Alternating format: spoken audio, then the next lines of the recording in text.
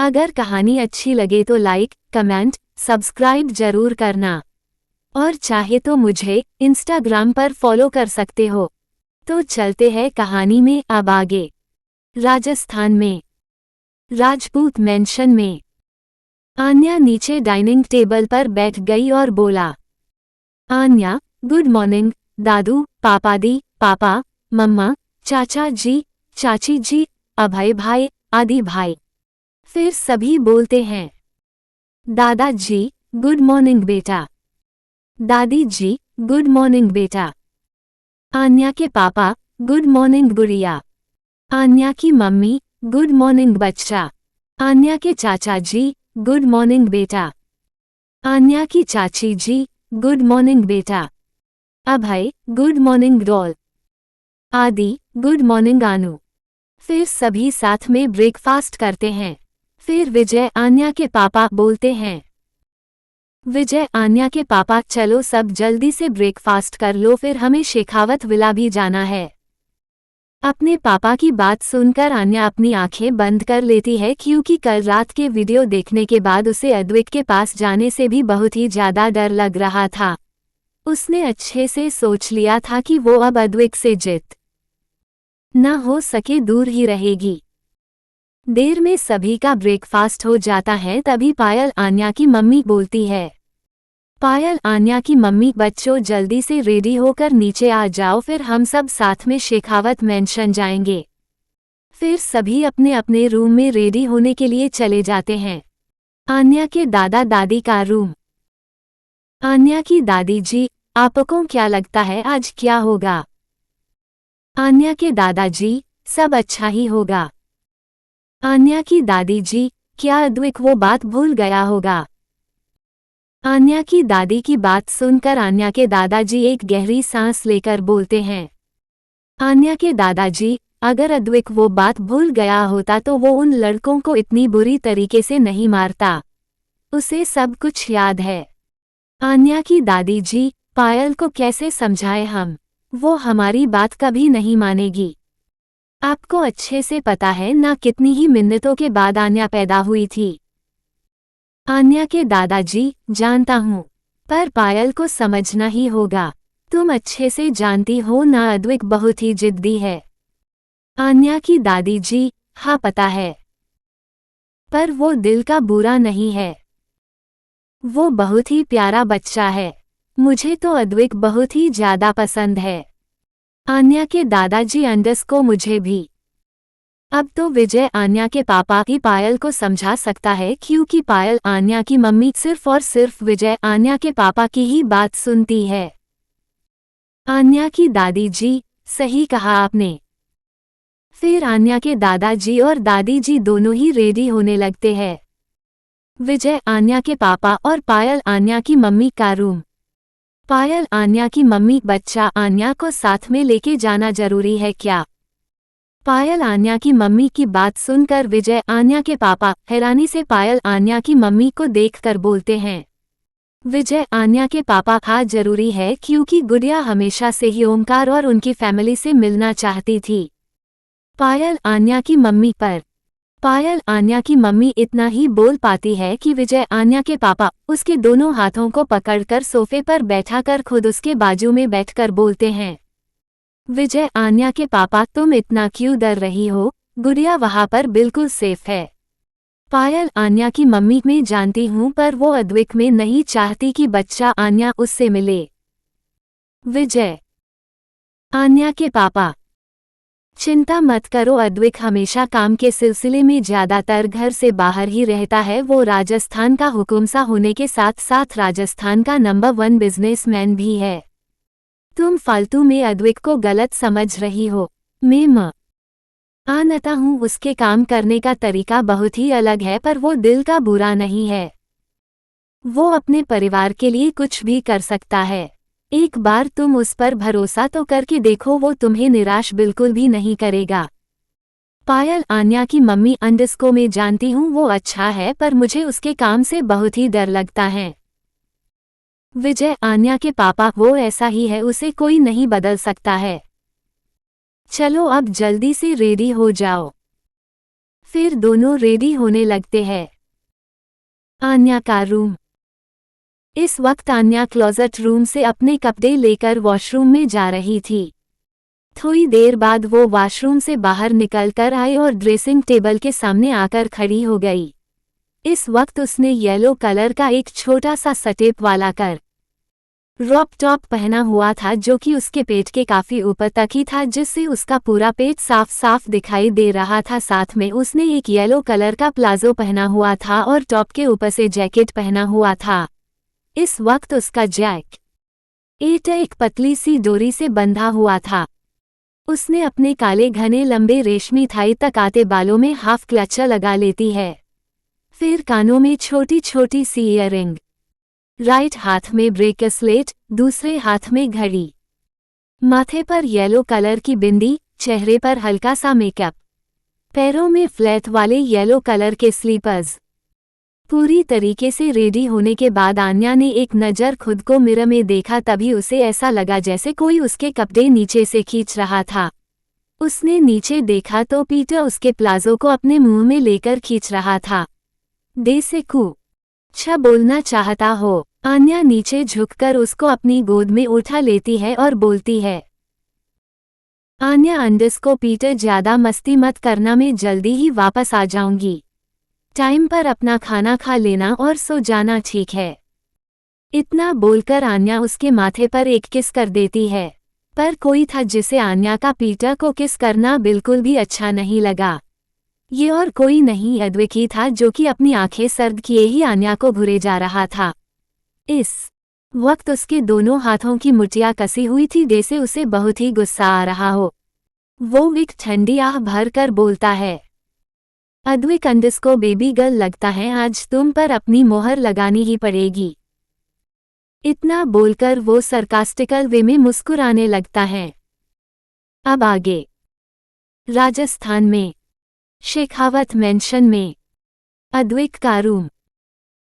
इस वक्त अद्विक के चेहरे पर एक तिरछी स्माइल थी और वो लैपटॉप में आन्या की फुटेज को देख रहा था। इस वक्त वो क्या सोच रहा था ये कोई भी समझ नहीं सकता था। अद्विक अपने बालों में हाथ फेर कर बोलता है, Advik, baby girl, I am waiting for your come fast, then I will give you one surprise and two punishment. इतना बोलकर वो सोफे पर पीछे टेक लगाकर अपनी आंखें बंद कर लेता है। जैसे ही वो अपनी आंखों को बंद करता है वैसे ही उसे आन्या का चेहरा नजर आता है। ये देखकर अद्विक के चेहरे पर मुस्कान आ जाती है। वो बोलता है, Advik, my innocent baby girl. नीचे अद्विक की मम्मी सारे सर्वेंट्स को बोल रही थी, जल्दी जल्दी काम करो, वो लोग बस आते ही होंगे। फिर सभी सर्वेंट्स अपने अपने काम पर लग जाते हैं। तभी अद्विक की चाची जी अद्विक की मम्मी से बोलती है, अद्विक की चाची जी, दीदी आप कितना काम करोगे, थोड़ा सा आराम कर लो। इतना बोलकर अद्विक की चाची जी अद्विक की मम्मी को सोफे पर बैठा देती है। तभी अद्विक की मम्मी बोलती है, अद्विक की मम्मी, पर कोमल। अद्विक की चाची जी, अभी तो बहुत काम बचा है करने के लिए। कोमल, अद्विक की चाची जी, दीदी आप चिंता मत करो, सब कुछ तो हो गया है, मैंने सभी गेस्ट रूम को साफ करवा दिया है और ज़रूरत का सारा सामान भी रखवा दिया है। लंच भी बस पूरा होने ही वाला है, सारी तैयारी हो गई है, अब कुछ भी बाकी नहीं है। प्रिया, अद्विक की मम्मी, ठीक है। कोमल, अद्विक की चाची जी, अब बस सब तैयार हो जाओ। फिर सभी अपने अपने रूम में तैयार होने चले जाते हैं। अद्विक का रूम। अद्विक अभी भी अपनी आंखें बंद करके टेक लगाकर बैठा हुआ था। तभी उसका फोन रिंग करता है। वो अपनी आंखों को खोलकर फोन को देखता है तो राहुल का कॉल आ रहा था। अद्विक फोन उठा लेता है। तभी उधर से राहुल बोलता है, राहुल, खम्मा घनी हुकुम सा। अद्विक, बोलो क्या हुआ? राहुल, हुकुम सा, वो राजनगर में कुछ लोग अपनी 2 बेटियों का बाल विवाह करवा रहे हैं। अद्विक, वो शादी को रुकवा दो। राहुल, हुकुम सा, वो नहीं सुन रहे हैं। अद्विक, ठीक है, मैं आता हूँ। फिर अद्विक एक गहरी लेता है और अपने लैपटॉप को बंद करके क्लोजेट रूम में चला जाता है। वहाँ पर वो अपने कपड़े चंगे करके शाही कपड़े पहनकर बाहर आता है। इस वक्त उसने ब्राउन कलर का शाही कुर्ता और नीचे वाइट का लर की धोती पहनी हुई थी। उसके कुर्ते के ऊपर के 2 बटन खुले हुए थे। वो बहुत ही हैंडसम लग रहा था। फिर वो रेडी हुआ और अपना फ़ोन लेकर रूम में निकल गया। वो लिफ्ट में आया और सीधे अपने मम्मी पापा के रूम में चला गया। वो रूम में आकर डोर को नॉक करता है। अद्विक के पापा बोलते हैं, ओमकार, अद्विक के पापा, बेटा तुम्हें नॉक करने की जरूरत नहीं है, अंदर आ जाओ। अद्विक अंदर आता है। तभी अद्विक के पापा अद्विक को रेडी देखकर बोलते हैं, ओमकार, अद्विक के पापा, तुम कहाँ पर जा रहे हो? अद्विक, मैं आप दोनों को यही बताने आया था कि मुझे कुछ काम से बाहर जाना पड़ रहा है। तभी अद्विक की मम्मी बोलती है, प्रिया, अद्विक की मम्मी, पर तुम तो नहीं जाने वाले थे ना? अद्विक, जी मम्मी, पर राजनगर में कुछ लोग अपनी बेटियों का बाल विवाह करवा रहे हैं और वो रुकने का नाम भी नहीं ले रहे हैं, इसलिए मुझे जाना पड़ेगा। प्रिया, अद्विक की मम्मी, ठीक है तुम जाओ, पर टाइम से घर आ जाना। अद्विक, हाँ। ओमकार, अद्विक के पापा, अकेले मत जाना। Advik, don't worry papa, I can handle it.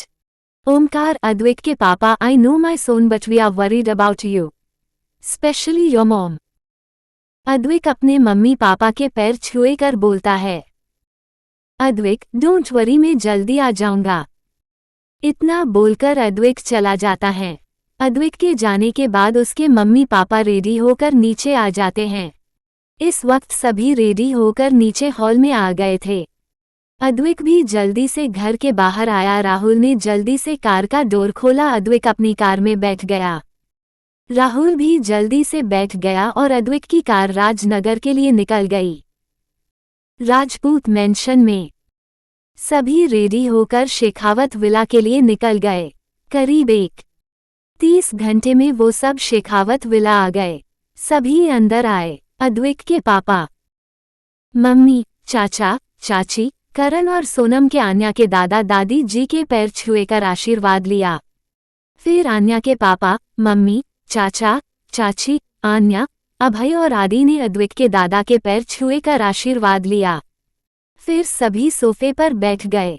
तभी आन्या के दादाजी बोलते हैं, आन्या के दादाजी, अद्विक कहाँ पर हैं? अद्विक के पापा, वो कुछ से बाहर गया है, थोड़ी देर में आ जाएगा।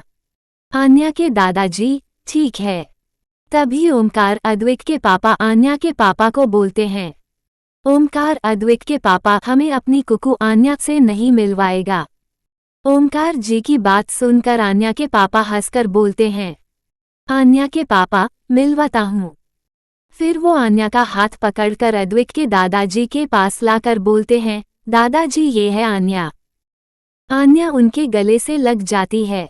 तभी अद्विक के दादाजी बोलते हैं, अद्विक के दादाजी, मेरी बच्ची कितनी बड़ी हो गई है?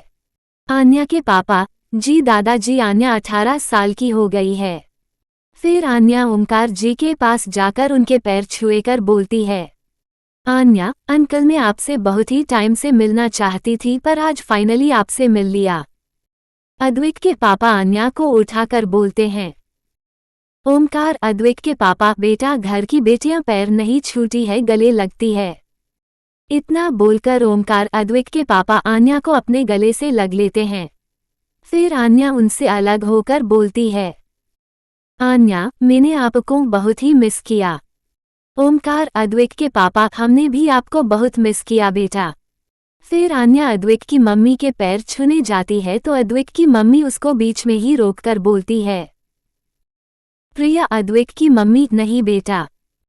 तभी आन्या एक स्माइल के साथ बोलती है, आन्या, आप सबने मुझे अपनी बेटी माना है ना, तो एक बेटी को उसका फर्ज पूरा करने दीजिए।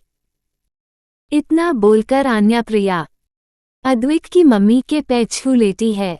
आन्या की बात सुनकर प्रिया, अद्विक की मम्मी के आंखों में आंसू आ जाते हैं। आन्या उनको रोता हुआ देखकर उनके आंसू पोंछकर उनके गले से लगकर बोलती है, आन्या, आपकी आंखों में आंसू बिल्कुल भी अच्छे नहीं लगते हैं। आन्या की बात सुनकर प्रिया, अद्विक की मम्मी के चेहरे पर मुस्कान आ जाती है। वो जल्दी से अपने आंसू पोंछकर बोलती है, अद्विक की मम्मी, जी बेटा अब हम नहीं रोएंगे। आन्या एक स्माइल के साथ उनसे दूर होती है, फिर अद्विक के चाचा और चाची के पैर छूती है। वो लोग भी उसे अपने गले से लगा लेते हैं। फिर आन्या सोनम के पास आती है। सोनम आन्या को गले से लगाकर बोलती है, सोनम हमने तुम्हें बहुत मिस किया आन्या। आन्या मैंने भी दी। फिर आन्या करण के पास आती है। करण आन्या के गालों को चूमते हुए उसको अपने गले से लगाकर बोलता है, करण डॉल तुम कैसी हो? आन्या मैं ठीक हूँ। करण भैया आप कैसे हो? करण मैं भी ठीक हूँ। फिर कुछ सोचकर करण बोलता है, करण डॉल भाई बस कुछ देर में आते ही होगे ओके। इतना बोलकर करण अपने साथ आन्या को लेकर सोफे पर बैठ जाता है। फिर सभी बातें करने लगते हैं। करण की बात सुनकर आन्या अपना मुंह बनाकर खुद से ही बोलती है, आन्या मुझे उस क्रूर सिंह डेविल से बिल्कुल भी नहीं मिलना है। अच्छा है कि वो घर पर नहीं है, नहीं तो पता नहीं मेरा क्या होता। अब मैं उनके पास बिल्कुल भी नहीं जाऊंगी। इतना बोलकर आन्या अपनी आंखें बंदती है तो उसे अद्विक का ही चेहरा दिखाई देता है, जिससे आन्या डर जाती। अब आगे राजस्थान में अद्विक की कार एक घर के सामने आकर रुकती हैं। राहुल जल्दी से उतरकर अद्विक के लिए कार का गेट खोलता है। अद्विक अपने खतरनाक ओरे के साथ कार से बाहर निकला। अद्विक के बाहर आते ही बहुत सारे बॉडीगार्ड्स ने उसे चारों तरफ से घेर लिया। अद्विक उस घर के अंदर जाता है तो देखता है कि सामने मंडप में 2 लड़कियां बैठी हुई थी और उनके साथ 2 40 साल की उम्र वाले बुढ़े बैठे हुए थे। अद्विक को देखकर सभी ने उसे अपने हाथ जोड़कर बोला, खममा घनी हुकुम सा। अद्विक ने उनकी बात का इग्नोर करके बेहद ही आकर्षक आवाज में बोला, अद्विक मेरी इजाजत के बिना यहाँ पर बाल विवाह करने की हिम्मत कैसे हुई? अद्विक की डरावनी आवाज सुनकर सभी को अपनी रीढ़ की हड्डी टूटती हुई महसूस हुई। सभी डर से कांपने लगे। किसी की कुछ भी बोलने की हिम्मत ही नहीं हो रही थी। तभी सामने बैठा हुआ अधेड़ उम्र का दूल्हा अपने सेहरे को हटाकर बोला, मुझे और मेरे भाई को ये लड़कियां पसंद आई है, इसलिए तो हम इन्हें अपनी दुल्हन बना कर ले जा रहे हैं। वो आदमी की बात सुनकर अद्विक ने अपनी लाल आंखों से उसे देखकर बोला, अद्विक अच्छा तो तुम्हें ये लड़कियां पसंद आई है? वो सिर्फ एक रात के लिए। सही बोला ना मैंने? अद्विक की बात सुनकर वो आदमी का चेहरा बिल्कुल ही सफेद पड़ गया। वो हकलाते हुए बोला, क्या बकवास कर रहे हूँ? अद्विक एक तिरछी स्माइल के साथ बोलता है, अद्विक अक्सर सच्ची बातें बकवास ही लगती है। वो आदमी, ऐसा कुछ भी नहीं है। अद्विक जैसे तुमने बोल दिया और मैं मान जाऊंगी। वो आदमी, तुम्हारे मानने या ना मानने से कुछ नहीं होने वाला, वैसे भी तुम होते कौन हो ये शादी रोकने वाले?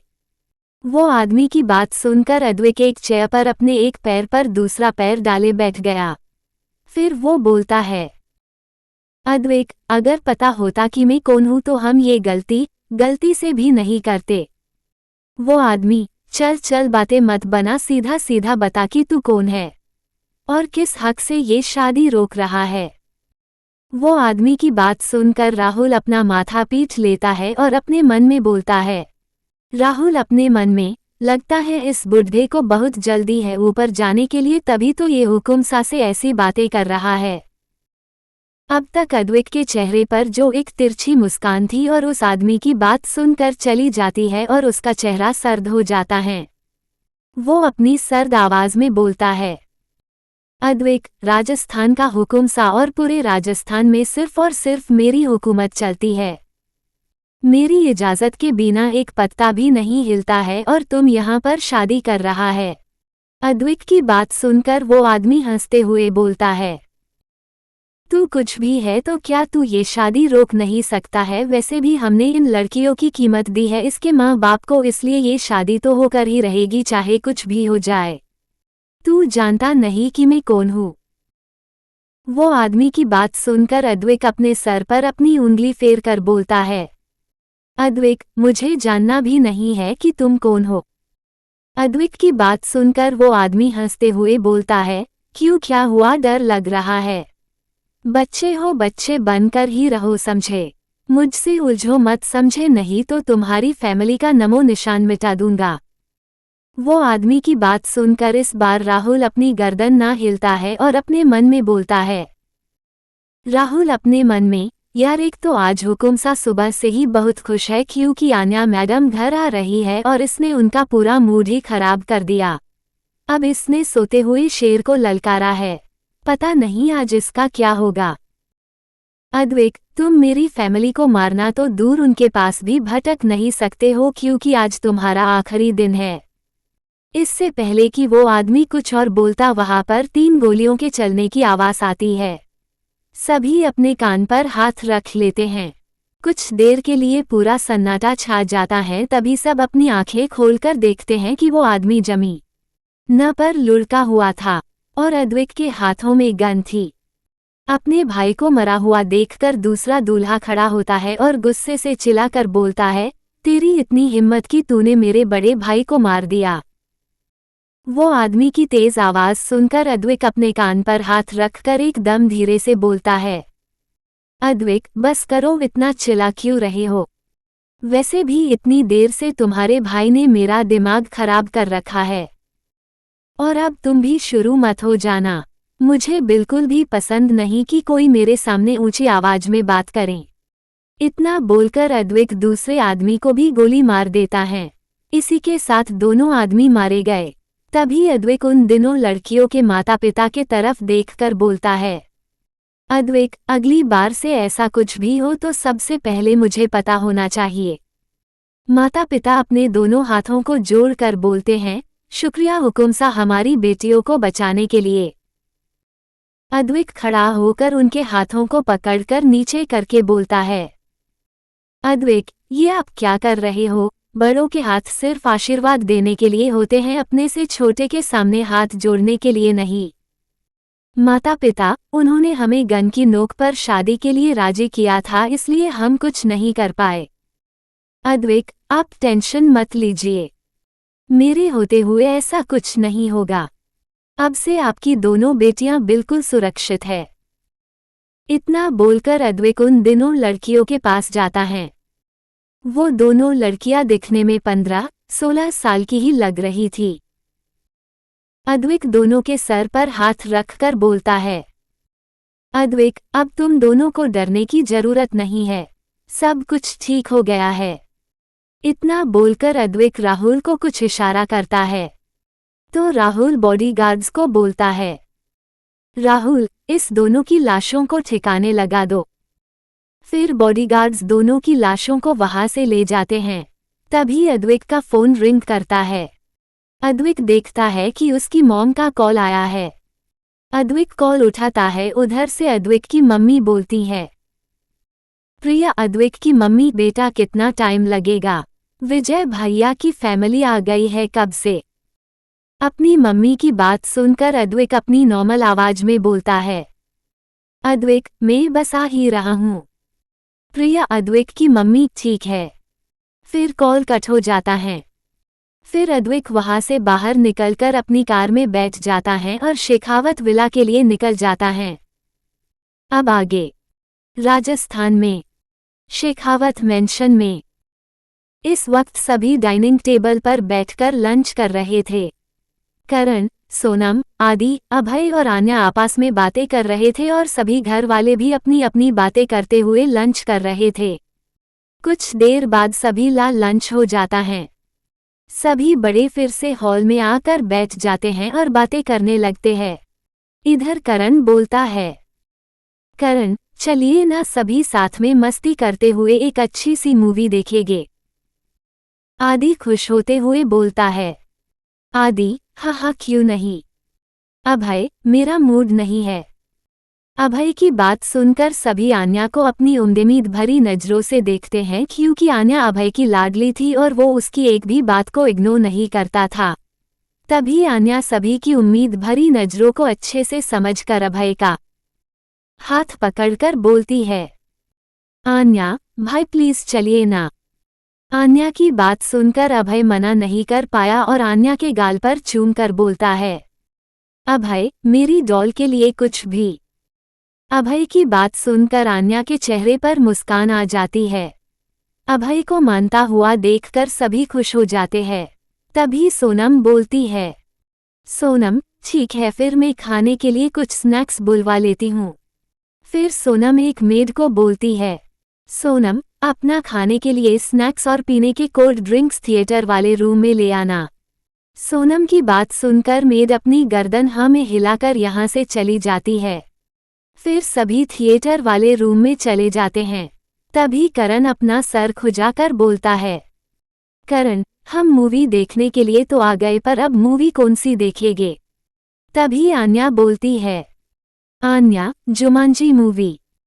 आन्या की बात सभी को सही लगती है। फिर करण मूवी लगा देता है। मेड भी सारी खाने की चीजों को लाकर रख देती है। सभी साथ में बैठकर मूवी देखने लगते हैं। सभी बहुत ही मजे से मूवी को एंजॉय कर रहे थे। उधर नीचे हॉल में सभी अभी बैठकर बातें ही कर रहे थे कि तभी अद्विक अंदर आता है। अद्विक को देखकर सभी खुश हो जाते हैं। अद्विक सभी के पास आकर उनके पैरों को छूकर आशीर्वाद लेता है। सभी उसे आशीर्वाद देते हैं। तभी आन्या के दादाजी अद्विक को पास बिठाकर बोलते हैं, आन्या के दादाजी मेरा बेटा कैसा है? अद्विक मैं ठीक हूँ दादाजी, आप कैसे हो? आन्या के दादाजी अब तुम्हें देख लिया तो ठीक हूँ। आन्या के दादाजी की बात सुनकर अद्विक मुस्कुराने लगता है। तभी आन्या की दादी जी अद्विक के सर पर अपना हाथ फेर कर बोलती है, आन्या की दादी जी मेरा बेटा कितना बड़ा हो गया है। अद्विक आन्या की दादी जी के गले से लगकर बोलता है, अद्विक मैंने आपको बहुत ही मिस किया दादी जी। आन्या की दादी जी हमने भी बेटा। फिर अद्विक आन्या की दादी जी से दूर होता है। फिर कुछ देर तक सभी के साथ बातें करने के बाद अद्विक खड़ा होकर बोलता है, अद्विक आप सब भी थक गए होगे, थोड़ा आराम कर लीजिए। अद्विक की बात सुनकर सभी मुस्कुराकर अपने अपने रूम में चले जाते हैं। तभी अद्विक अपनी मम्मी से बोलता है, अद्विक मोम मेरा लंच ऊपर रूम में ही भिजवा देना, और ध्यान रहे कि कोई भी मेरे फ्लो पर बिना मेरी परमिशन के नहीं आना चाहिए। अद्विक की बात सुनकर उसकी मम्मी अपनी गर्दन हिलाकर बोलती है, प्रिया अद्विक की मम्मी मुझे पता है बेटा, तुम चिंता मत करो और जाकर लंच करो और रेस्ट करो। अपनी मम्मी की बात सुनकर अद्विक अपने रूम में जाने लगता है। उसका 4था फ्लो था, जहां पर किसी को भी जाने की इजाजत नहीं थी। वो सीधा अपने फ्लो पर चला जाता है और अपने कड़पे उतारकर वॉशरूम में चला जाता है। वो शॉवर चालू करता है और उसके नीचे खड़ा हो जाता है। उधर नीचे अद्विक की मम्मी एक ट्रॉली में लंच रखती है और अद्विक के फ्लो पर जाने लगती है। तभी उन्हें किसी का कॉल आ जाता है। वो फोन पर बात करने लगती है। बात होने के बाद वो सामने देखती है कि सामने से आन्या आ रही थी।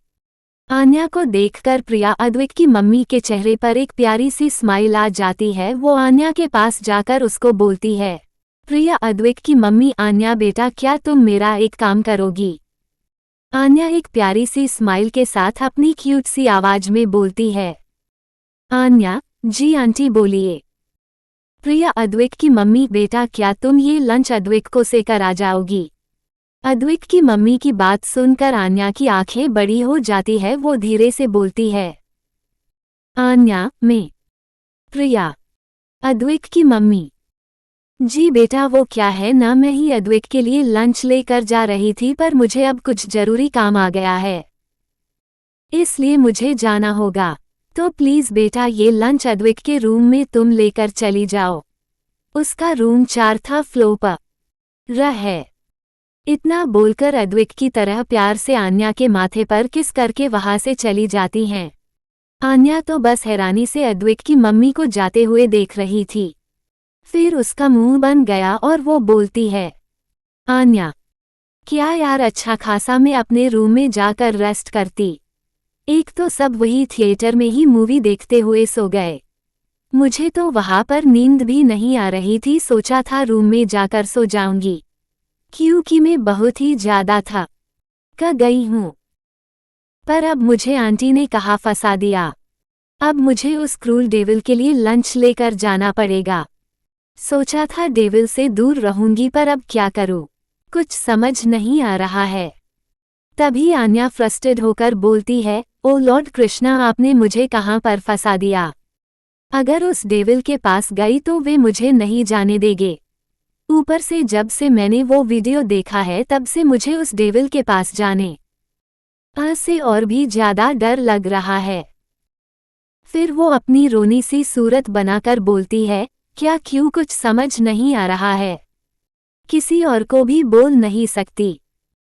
फिर वो अपनी आंखों को बंद करके एक गहरी सांस लेकर अपनी आंखें खोलती है और बोलती है, नहीं नहीं आन्या, तू इतनी वीक नहीं है, तू बहुत ही स्ट्रॉन्ग है और मेरे लॉर्ड कृष्णा है ना मुझे बचाने के लिए।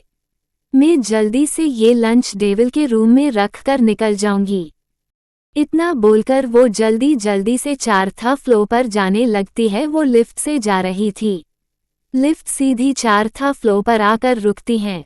वो देखती है कि 4th फ्लोर तो बाकी के फ्लोर से भी बहुत ज्यादा सुंदर था। वो अपनी आंखों को बड़ी बड़ी करके बोलती है, आन्या, वाओ, ये फ्लोर तो कितना सुंदर है। सच में मानना पड़ेगा कि डेविल की चॉइस बहुत ही स्वीट है। फिर वो देखती है हर जगह पर एंटीक शोपीस रखे हुए थे। आन्या सारी चीजों को देखती हुई आगे जा रही थी। तभी उसे एक रूम दिखाई देता है। वो उस रूम के पास जाती है और एक गहरी सांस लेकर रूम के अंदर चली जाती हैं। अब आगे राजस्थान में शेखावत मेंशन में आन्या एक गहरी सांस लेकर अद्वैत के रूम में चली जाती है। वो डे से ही अंदर जाती है, सबसे पहले ही उसकी नज़र सामने की दीवार पर जाती है तो उसकी आंखें हैरानी से बड़ी बड़ी हो जाती है, क्योंकि सामने की दीवार पर आन्या की बड़ी सी फोटो लगी हुई थी, जिसमें उसने एक वाइट कलर का सटेप वाला फ्लोरल थाई लेंथ का फ्रॉक पहना हुआ था और उसके बाल खुले हुए थे। उसके बालों में फ्लावर से बना हुआ टियारा लगा हुआ था। उसके बाल हवा में लहरा रहे थे। उसके दोनों हाथ आपस में जुड़े हुए थे और उसके हाथों में एक ब्लू कलर की बटरफ्लाई उसके हाथों पर बैठी हुई थी। उसके चेहरे पर एक प्यारी सी स्माइल थी। इस फोटो में वो एक एंजल लग रही थी। फोटो को देखकर आन्या अपने आप से ही बोलती है, आन्या अपने आप से, मेरी ये फोटो तो मेरे अभी वाले बर्थडे की है जब मैं 18 की हुई थी, पर मेरी ये फोटो डेविल के पास कैसे आई। फिर आन्या अपना सर झटक कर बोलती है, आन्या यार तू क्या कर रही है। आन्या जल्दी से लंच रख और निकल यहाँ से, इससे पहले कि डेविल आ जाए और तुझे खा जाए। इतना बोलकर आन्या जल्दी जल्दी लंच को टेबल पर रखती है और जाने ही लगती है कि उसे अद्वैत की आवाज़ आती है, अद्वैत बेबी गर्ल। अद्वैत की आवाज़ सुनकर आन्या अपनी आंखें कसकर बंद कर लेती है और अपने मन में बोलती है, आन्या अपने मन में, लो हो गया स्यापा। फिर आन्या धीरे धीरे पीछे पलटकर अद्वैत को देखती है तो उसकी आंखें बड़ी बड़ी हो जाती है। वो जल्दी से अपनी आंखों पर अपने दोनों हाथों को रख कर बोलती है, आन्या आप ये ऐसे नंगू फंगू क्यों घूम रहे हो। आन्या की बात सुनकर अद्वैत की आंखें छोटी हो जाती है। वो अपने आप को देखता है। वो वॉशरूम से बाथ लेकर निकला था। उसके गीले गीले बाल उसके माथे पर बिखरे हुए थे। उसके गीले गीले बालों का पानी उसकी बॉडी पर छोटी रह रहा था। उसकी मस्कुलर सीने पर ड्रैगन का बना हुआ टैटू बहुत ही लुभा रहा था। उसकी बॉडी पर कहीं कहीं पानी की बूंदें ठहरी हुई थी। उसकी वी शेप कमर पर एक वाइट कलर का टॉवल बंधा हुआ था। सच्ची में इस वक्त अद्वैत कहर ढा रहा था। फिर अद्वैत बोलता है, अद्वैत बेबी गर्ल, शायद तुमने मुझे ध्यान से देखा नहीं है, मैं बिना कपड़ों के नहीं हूँ। अद्वैत की बात सुनकर आन्या तुनक कर बोलती है, आन्या अच्छे से देख लिया मैंने आपको, बस एक टॉवल को लपेट कर आ गए हो।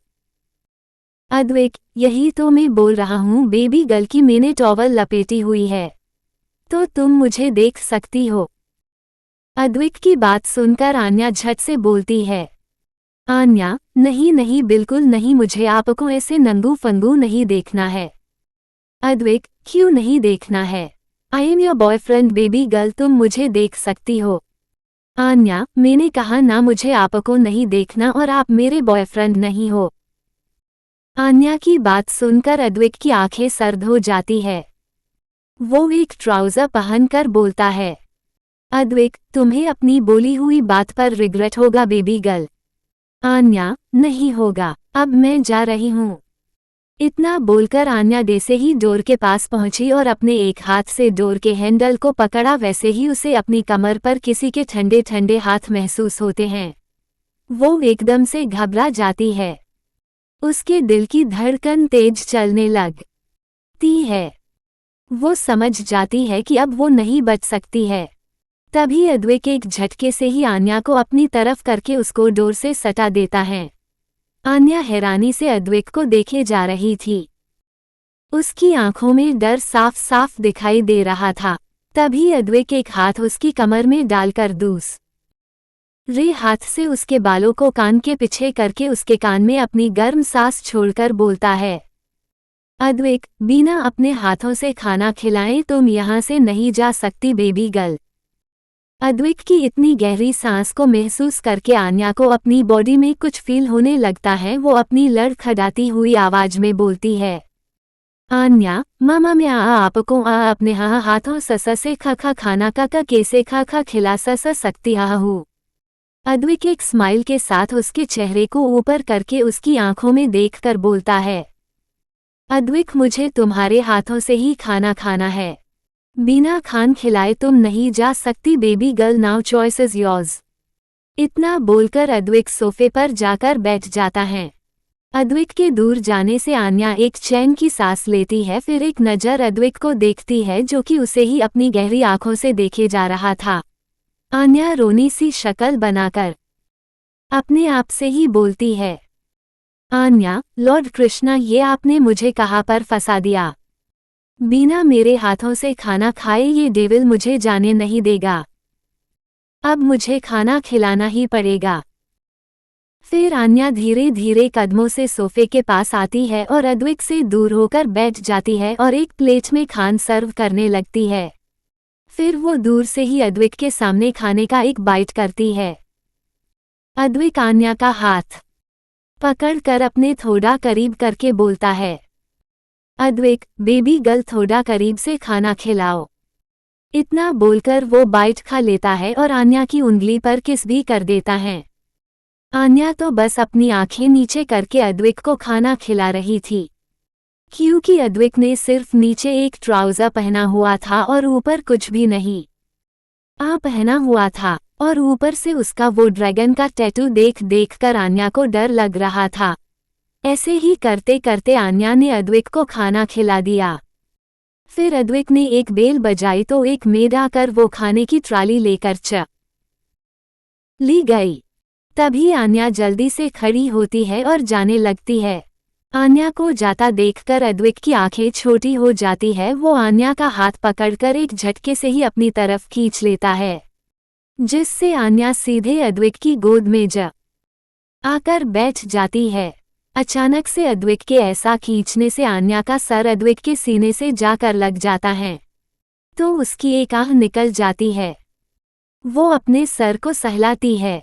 तभी वो मुंह बनाकर बोलती है, आन्या, आपकी बॉडी है या लोहे का पहाड़ समझ ही नहीं आता है। अद्विक, तो छूकर देख लो बेबी गर्ल। अद्विक की बात सुनकर आन्या के गाल गुलाबी हो जाते हैं। वो धीरे से बोलती है, आन्या, मुझे कुछ नहीं करना है और आप मेरे करीब मत आया करो। आप एक खूनी हो, आपने उन लड़कों को मार डाला। आप मेरे बॉयफ्रेंड नहीं हो। मैं आपसे बहुत ही दूर चली जाऊंगी। छोड़ो, मुझे जाना है। इतना बोलकर आन्या उठने लगती है, पर आन्या की पूरी बात सुनकर अद्विक का पारा अब फुल हाई हो जाता है। वो बेहद ही गुस्से में चिल्लाकर बोलता है, अद्विक, चुप, एकदम चुप। अब अगर कुछ भी बोला तो तुम्हारी जबान ही काट दूंगा। हाँ हूँ मैं खूनी। मार डाला मैंने उन लड़कों को क्योंकि उन्होंने तुम्हें हाथ लगाया था, और मुझे बिल्कुल भी पसंद नहीं कि मेरे अलावा कोई भी तुम्हें हाथ लगाए। वो तुम्हारे बोलने से कुछ नहीं होगा, मैं तुम्हार बॉयफ्रेंड हूँ, समझी?